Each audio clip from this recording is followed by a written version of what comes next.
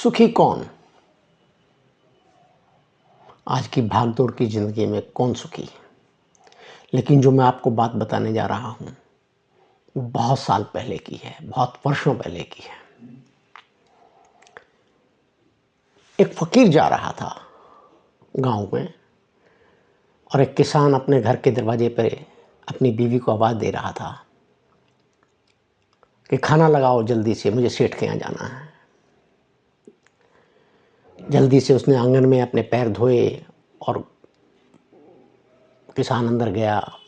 उनकी धर्मपत्नी ने खाना भोजन लगाया, उन्होंने खा रहा था।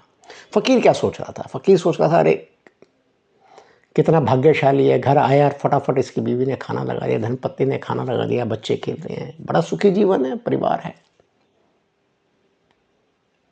ये सोचता सोचता वो आगे चला गया। थोड़ी देर के बाद उस किसान को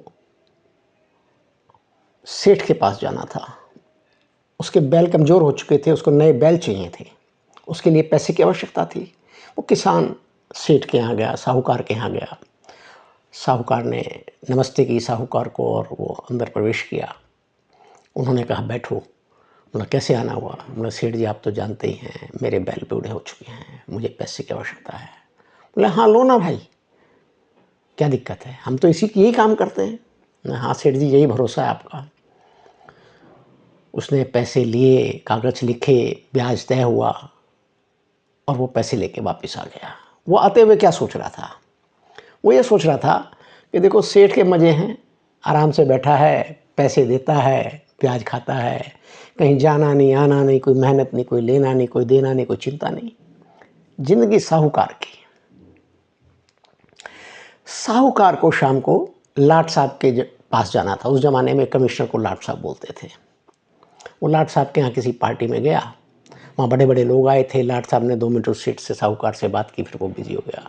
और वो क्या सोचने लगा जब वो वहाँ से वापस आ रहा है, अरे यार ज़िंदगी तो लाट साहब की है, क्या ज़िंदगी है। देखो ना, नौकर हैं, चाकर है, रुतबा है, इतने लोग आए हुए हैं, सब काम हो रहा है। क्या है, सब काम हो रहा है। तो ज़िंदगी में तो लाट साहब की जैसी ज़िंदगी किसी की नहीं।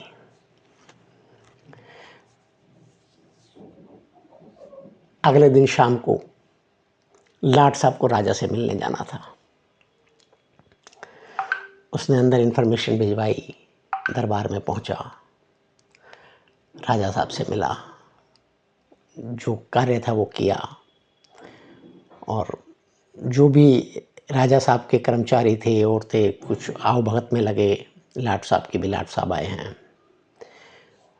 राजा आराम से बैठा रहा, काम होता रहा। वो अपना काम निपटा के लाट साहब अपने घर की ओर चले। लाट साहब के मन में क्या आया? लाट साहब के मन में आ रही है, जिंदगी तो राजा की है। देखो हुक्म चलाता है, हमें कह दिया ये करना है, वो करना है, कर्मचारी हैं और हैं। राजा से बढ़ के किसकी जिंदगी है? किसी की नहीं।